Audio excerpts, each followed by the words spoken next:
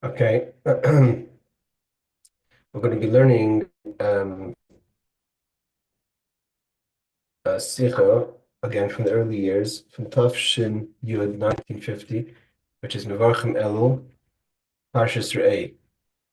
It's a short Sicha Lefiyarach. We should be able to finish it this week. And either tomorrow we're going to start the Rebbe's Mimer of Ani L'Doidi, which we learned this morning, the Alter Rebbe's Mimer of Ani L'Doidi, King in the Field. And then the Rebbe has a Mimer on kind of both the Alter Rebbe's Mimer of Ani L'Doidi.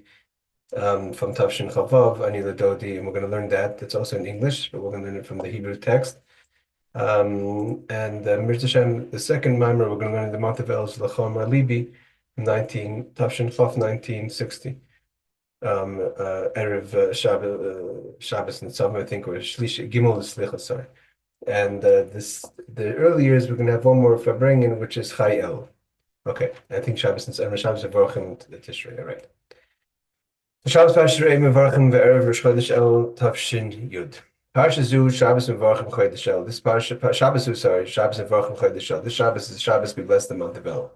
Kohen B'Rev Hashanim, like as always most years, as we learned in the Sicha class, Kivashana Zu is Parshas Re'eh is always Shabbos Mevorchim, or if it's Ekev, which means then it would be Shabbos Mevorchim, Shabbos Rosh Chodesh. Levad Kishur Rosh Chodesh El Chol B'Shabbos. Only time you don't have Re'eh is Shabbos Mevorchim El is if Rosh Chodesh El falls on Shabbos. Shabbos Kohen Parshas Re'eh b'Shabbos Rosh Chodesh El, and then we would read Ekev as Mevorchim, and Re'eh would be Shabbos Rosh Chodesh El. Yeshlevar Keshev HaShachas the Parshas Re'eh Lavoid Chodesh El. So to explain the connection between the Avoid of Elul and the Parsha of Re'eh, which we just read last Shabbos. The Sicha is also printed in Chelik Aleph, I'm assuming Sif. Sif Aleph, Sif Tes, and Yud Aleph. Okay. Bein Ribi Hadinim Shnemar b'Parshas Re'eh, from the various halachas in Re'eh, Yeshna Gam Hadinim D'Simoni Tahara b'Behemes v'Chayis. The Torah discusses and describes to us what is the sign of a kosher animal. Behema Tahara means a kosher animal that's pure, that we can eat. As the pasuk says, Zayis HaBehem Asher Techayil. These are the animals you can eat. And then it mentions some beasts as well, mean not domestic animals. Like a deer is not considered a domestic animal. So we could learn that they're also part of the animal kingdom as far as it goes to when it comes to kosher. Kol behema, and so the Torah tells us, is mifarses is parsa v'shoisas shas. So we know the famous sign of what is a kosher animal: split hooves and chewing his cud. So that's a sign of a kosher animal. Chaluka b'shnei tzipernayim, if it's separate by the nail, by the hooves. Uvdelas milmayla umilmat. It has to be separate from both from top and bottom. B'shnei tzipernayim, and the two, if it sees the chayis, meaning the beast, like certain antelopes or something, they have in their hooves, they have sharp nails, and it has to be split all the way up. Milas gera means what does it mean to chew its cud? Then the Torah tells us that although that there are animals that have both, and that would be a sign of kosher, there are other animals that only have one. It's possible to have one of the kosher signs, but still obviously it's not kosher. Shasur machila then be prohibited. Of course, the pig has split hooves, but doesn't chew its cud. Negel is simonim yesh chkira ima pirushu. Now, the question is, when you have a simon on something, when you have a sign, for instance, we have a sign of kosher. We have a sign for kosher fish, we have a sign for kosher animals and beasts. Birds is more based on a tradition, but we have some sort of sign and character, which is if it's an aggressive bird and we don't have a tradition, then we don't eat it. For instance, that's why there's those who don't eat wild turkey. But the question is about the signs. Yesh chakira, there's a question. Ha'im ha'pirushush beglal heyoisim ifarses paras or ma'ila gera lechein tahiri. Does the sign make it kosher because it chews its cud and it has split hooves? Therefore, it's kosher. It means the signs make it kosher. The reason why it's kosher is because it's pure, meaning it's an animal, what we call a kosher animal, because the word kosher really means that it's not that the animal that's tahor, that's permitted, is kosher, not non-kosher, wouldn't be treif, wouldn't vela. But that's what we understand traditionally as kosher means an animal that's permitted. Okay, is oisha hatahari beglas sibsacheres, or the reason why it's considered a pure animal is for other reasons. But how are we supposed to know? We don't know those reasons. We don't know why Hashem decided this is a kosher or non-kosher animal. How do we know? It's so God says, I'm going to show you what I've chosen as a kosher animal. Not that the simon makes it kosher. The Rambam discusses when we talk about kosher and non-kosher animals. We talk about, if you don't know, there are certain signs, and if you look at the pattern, the pattern of the meat, a non-kosher animal cannot be impregnated by a kosher animal. They won't become pregnant. There's certain things that are simanim that are signs if it's kosher or not. But nevertheless, the Torah tells us what these signs are. So the question is, in this case, is the sign the reason it's not kosher, or is the sign a sign to us that's a reason that it's kosher, or a sign to us that it's kosher? Yesh kama ra'ayos shasimanim hem sibzatara. There are certain proof that we could say that the actual reason why an animal is permissible or not is because it has the signs. It means the signs itself, even though theoretically it's just a way it's born, but that makes it kosher, permissible. And therefore, that's also why the pasuk means when it says about someone, an animal that only has one sign, ki maila geirahema, although they choose their cod, but their hooves aren't split. Therefore, they're not considered permissible. Or in the animal like a gomel, so it has, a pig, it has split hooves, but it doesn't chew its cuts. Therefore, it's not permissible. If it has a sign or doesn't have a sign, that's the reason why it's kosher. We see the verse of the actual language of the pasuk supports the idea, the argument to say that the signs make it kosher, not that the signs are a sign that it's kosher. Lahara that Rebbe adds, shahatzinu reish parashat shmini kaisa b'tchilas dvarav shahasimanim shenisparish b'torah. It's brought down. Also, another place where it talks about the laws of kosher animals, which is in Parashat Shmini, third Parashat of Vayikra, the book of Vayikra. And he says over there that the simanim shenisparish b'torah, the Torah gives us signs again, chewing his cuts, split hooves. Ein have eviyasin sibas haheter v'loi hedram sibas iser. It's not the fact that they have them is why it's permissible, or the fact that they don't have them why it's prohibited. Heim simonim yodea behem hamin haroi min hameguna. Ava behem shechdvar v'bir al pi kabbalah mashma shesimonim goyrim matara oyetum k'mashma yislash nakasim. So he starts off saying that the signs are not a reason why it's permissible and not permissible. He says it's just this telling us what is considered allowed or not. But then when he gets into the Kabbalistic, he shows us that the actual signs are the reason it's permissible, or lack of the signs are not permissible. I mean to say, but there is leaning towards. For instance, you have a marking on an animal. Some ranches mark animals with the siman of the ranch. It doesn't the siman itself doesn't make it theirs. It's a sign that I own it. I own it because however I acquired it through purchase, through whatever the way I purchased it. But how do I know this is my cow? I can't recognize every cow. So I give a sign, a mark, and that says it's my cow. But that doesn't make it mine. What makes it mine is because I purchased it. I own it. This is a sign for everyone who wants to know. So the question is, if the Torah says that the split hooves and the chewing of the cuds is just a sign of what's kosher, means it's kosher for whatever reason Hashem decided. But the split hooves is just like a marking. It's a mark on the animal for us to know. It has nothing to do with, we can't analyze the marking to understand the reason of the kashrus, so it's just a marking. Whereas the way he's saying that Zioni says in Kabbalah, and how the pasuk seems to understand it, to tell us, is that the reason it's permissible is because of those signs. That's a reason of why it's permissible. The Rebbe is going to explain what could that mean possibly.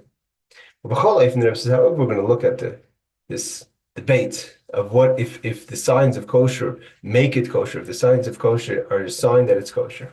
Even if you want to say that the reason why it's permissible and not permissible is because Hashem decided that a cow is permissible and a sheep is permissible and a horse is not. Nevertheless, he put a sign on it to show us that. Nevertheless, you have to say, the Rebbe says that even if it's not like a marking on an animal that has nothing to do. If God shows that this should be this way, you could know if it's kosher, then in these signs themselves is some sort of insight about the reasoning of the kosher. God didn't choose just a total side reason that has nothing to do with the reason why it's kosher. That the reason why it's kosher is there's a reason God decided. And that reason shows itself in the signs that God showed to show us. God didn't create anything by mistake and nothing wasteful. So everything he created has a reason, and that reason could be connected to the inner reason of why this animal is permissible. What the Rebbe is getting at is now, however you're going to learn this argument, if the signs make it kosher, if the signs are a sign it's kosher, the fact that God chose that these should be the signs from them, we can analyze the signs themselves to give us an insight of what's the idea of kosher, of what's permissible animal. Why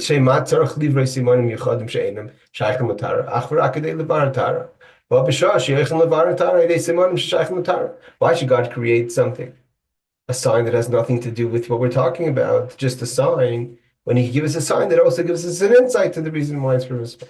Is it the reason why it's kosher or the outcome why it's kosher? But something that can give us insight about what's special, what makes an animal permissible about it. So the Rebbe explains. We can learn to understand this. What does this mean to us in our service to God? Within the person is also an animal. The person has a behemoth. We have a nefesh of Bahamas, the animal soul, which is the nefesh of Bahamas. We have a job. And our job is to refine and elevate the animal within us. To transform it, to make it a holy animal. It should be a kosher animal, a permissible animal, a pure animal. Come on, and this is specifically connected to El. The idea of transforming our animal within us into being a behemoth tahira, a holy animal and a pure animal. Behegdim. So the Rebbe is going to explain, and then the Rebbe is going to show what does it mean in the nefesh of Bahamas of the simonim. What does it mean to chew your cud? What does it mean to split hooves? These are ways of transforming the animal within you to become a permissible animal. Behegdim, the Rebbe says. When we talk about the month of El, it's my father-in-law, the previous Rebbe explains. One of the main ideas of Elul is that it's a month of self-evaluation. You have to make a cheshbon nefesh. You have to make a calculation. Like any business person. From time to time, you have to make not just a weekly knowing what's going on, but a general evaluation. Is this business worthwhile? I mean, are we making money? What's the prospects? But making a proper profits and loss, but also to see the health of the company, where it's holding. And that helps the person, that guides the person, and gives the person an understanding to be able to make a successful business. When you understand your business from a perspective, not when you're deep involved, it's hard to see it from a bird's eye view. But sometimes you have to take a stop, take a bird's eye view, and see the whole health of the company. See its weaknesses, and maybe the bank is full, but maybe there's certain parts of the business that are bleeding, and other parts are doing well. Maybe you have to cut off the parts that are bleeding, and then you're going to be making more money because you're not losing money over there. Maybe, and how important are those parts that are bleeding, and how could you turn them around and make them more successful? So too, when it comes to avodas Hashem, there could be parts of you that are bleeding away, and the parts of you that are successful. And how do you focus, and what should you focus on, and what are things you have to drop? There's a certain time of year, which is the month of El, a person has to make a general evaluation. Where am I holding my service to God? My performance of Torah, in my character. So there's the doing of the Torah's mitzvahs, and there's the character. How was like my character this year? And you have to make that evaluation. My son Aaron Hill told me that he read that when Velvet Green worked in NASA, went to the Rebbe, and he was talking about different projects in NASA, and he says what they were having a struggle with, trying to figure out how to get a rocket into the orbit. So they need the power of the rocket to bring the spaceship up, but the problem is the bigger the rocket, the more power it needs, the heavier it is, and it's just not able to let the rocket shoot out into space. So they figured out what they could do is that when they reach a certain point, everyone knows to disconnect, drop the rockets off the spaceship, and then that gives that push, and then the spaceship is running it gets rid of the dead weight. So he told the Rebbe, we figured out we have to drop the dead weight. And so the Rebbe really loved that as an example in avodas Hashem. And in life, you have to know what's dead weight. You have to first know what's the dead weight, and know sometimes you have to drop the dead weight. So that's it. That's when. How do you know that? When you do a cheshbon, when you do an evaluation. Hazman de cheshbon nefesh b'chodesh Elul. When is the time we have to do that valuation? At any time of the year. There's a special time of the year, and that's chodesh Elul. Mashenki meshach hashana kulam. The Rebbe said on the contrary.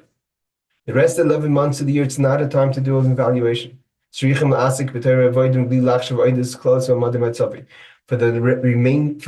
the first 11 months of the year, especially starting from Cheshbon, Yaakov Chadarkoi, a person has to just preoccupy themselves in Torah mitzvahs, not the time for evaluation. You can't evaluate every step you take, because that's also not good. Just like any business person, only once in a while you make a general evaluation. The primary time of your business is misasik b'mischasmi. You have to just focus on the business itself. Then you can make small evaluations about paychecks or small things, but the bigger picture things, you can't do that every time, because then you're never going to able to move forward. Only the small evaluations you have to make right now, but the bigger picture you have to wait for once a year. To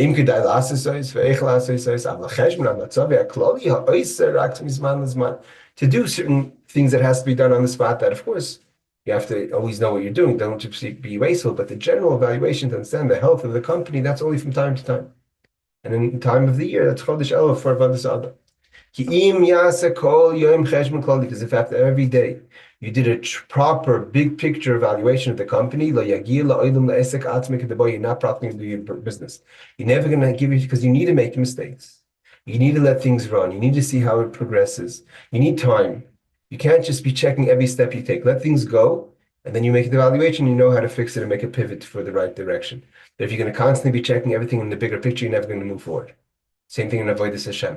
Just do Torah mitzvahs. You have to be thinking, is this a good investment in my Torah avoda? Is this a good investment in my avoda?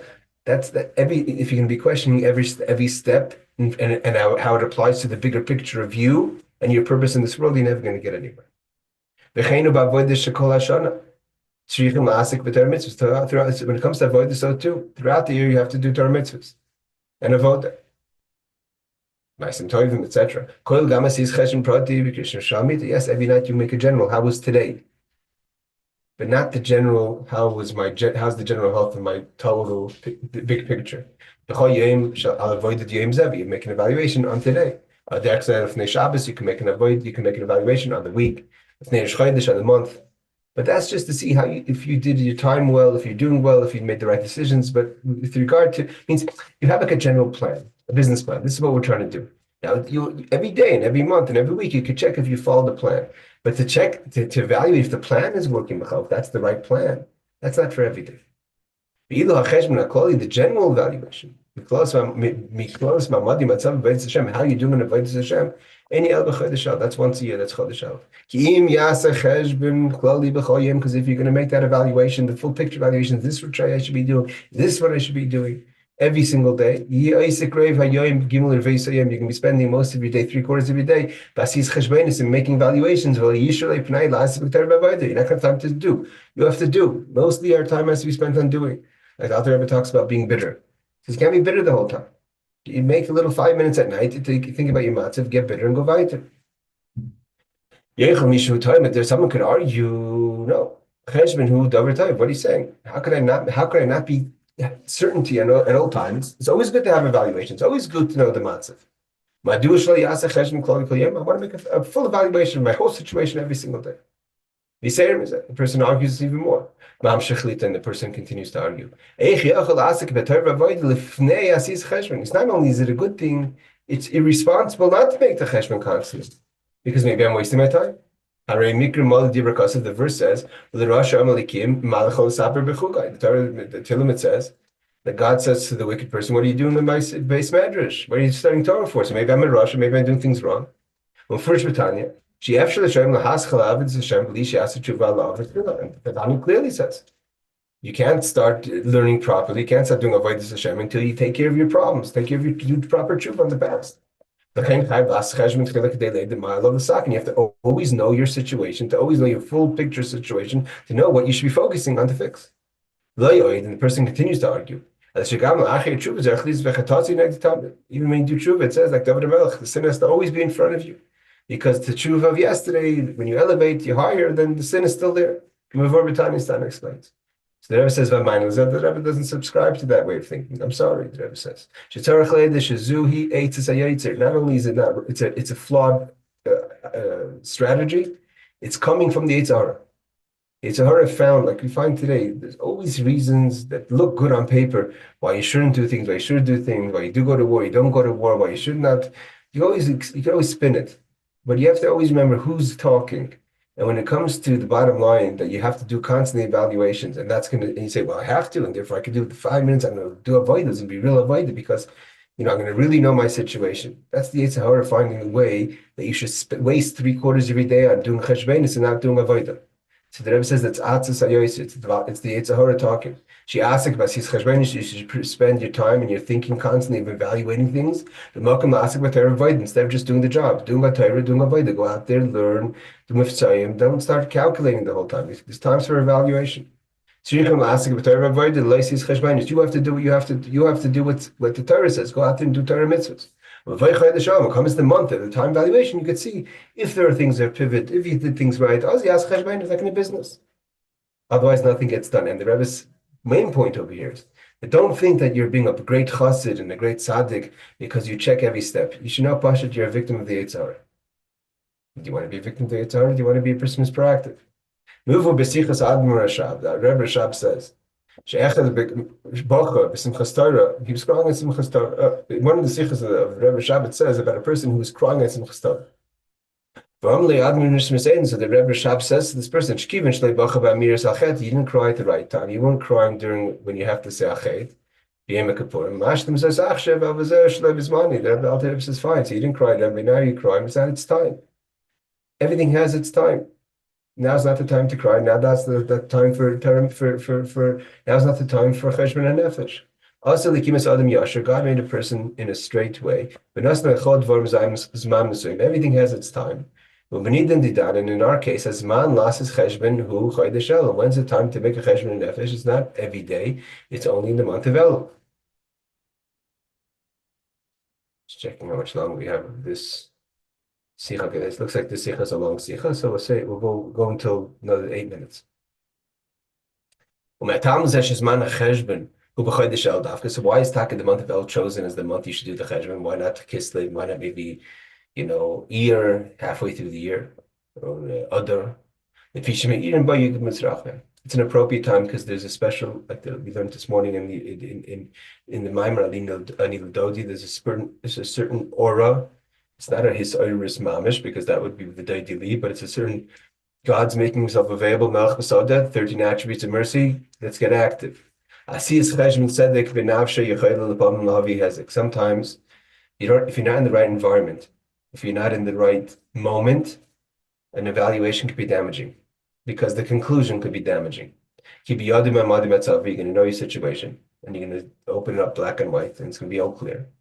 And if you're going to be very hard on yourself, and even the highest things you're never going to find right, you can fall into despair. Again, a story of the Yetzer Hara. You can look at yourself and say, I'm horrible. And then you go weiter, because that's how the Yetzer Hara operates. If it's already lost case, I might as well enjoy myself. Why should I even bother trying? Therefore, the time to do it is when you're in a good spiritual environment. When there's the Yud Shabai Me'irim Yud Gid Mil Mitzrachman, when they have the 13 attributes of mercy, and that is a protected, safe space. Like one of the Rosh Tevis of El is Inal Yadi Samtilach is the idea of an Ari Miklat. El is a safe place, a city of refuge that you could sit there and make evaluation and be protected from your own mental, so to say, challenges of depression and yish, etc. Erech Hapayim Noisi Oven, you're in a place where God is patient. He understands. He can handle your sins and your pesha, v'chatov, and He's ready to cleanse you. So don't be so hard on yourself. Look at it from a place of safety. Especially when we've learned that what does it mean, the revelation of the 13 attributes of mercy in the month of Elul, 19, I think he's referring to our mimer this morning. The Kuti Torah, yeah. Ashsenu Lev, we know Lev is, by the way, not of course by a lack of Hashgacha Pratis is the Rebbe's Maimer of Anil Dodi in page Lev 32 of the Likutei Torah, the heart of the Likutei Torah. She's Galas Yudim Mitzrachim Chedesh El, he Kmelech Basada. It's like the king is in the field. Like Galas Yudim Mitzrachim Rosh Hashanah. It's not like the 13 attributes in Rosh Hashanah, like we learned this morning. I say Tshuva, or the 10 days of Tshuva. She Kamashal Mamelch Sheisha Behechel Malchus, the king's in his palace. It's a whole different level of 13 attributes of mercy. And what is it? Melech Basada. Shamelech Yoitzel like we learned this morning. The king goes out to the people. Anim Soim Basada that are in the Sada. Sort of said those who were in the list who learned the Maimer. Thus, this morning we pointed out that the way the Alter Rebbe reads the Mashal is the Alter Rebbe says that the king is coming to the city, he's passing through the village, and the people from the city leave the village. And here, but the Rebbe says the focus is yes, that's also true because different types of people. There are people that are in the city, there are people that are in the field, and people that are in the midbar, as we're going to learn in the talks of Elul, especially Chai Elul, and the other memorim of Nila Daidi. But here the Rebbe is focusing on the point that the Melech specifically is going out to the people in the field. It's not your regular place where people live, because people live in the city. What's the example? Even if you're a person who's in the field, meaning there's the field, that's also the field of Esav, means the things of negativity. It's still a field. It's not a field that people live in. Even though you've created a field, a place where things aren't so positive, nevertheless, God comes out to there. The 15 attributes of mercy, the king's in the field there. He meets you there in your space. And therefore, that gives you the comfort and the support to be able to make the cheshbon nefesh properly, the evaluation properly. And therefore, the king is standing there. He's looking at us. He's holding our hand. He's giving us a radiant face. So when we make the cheshbon nefesh, there's nothing to be despaired for. Why would I be despaired if the king's standing there next to me with a smile? Amadi matzavi. You should never fall into spirit because of your situation. When you know, knowing, notwithstanding of my situation, how I was the past year. I can be close to God because He's here. There's the 13 attributes at this time. Melech Basada. I can turn things around. I can become a person who starts doing Torah and Chassidus properly. And God's going to receive me like He receives everyone in the field. So the Rebbe says, okay, let's stop here. Sifhei says 12 pages, so we could do it in 3 days. We could do this. We don't have to finish it this week because the next February is Chayel. Okay, have a wonderful day. Tomorrow, I think we're going to learn Nila Dodi for learning tomorrow.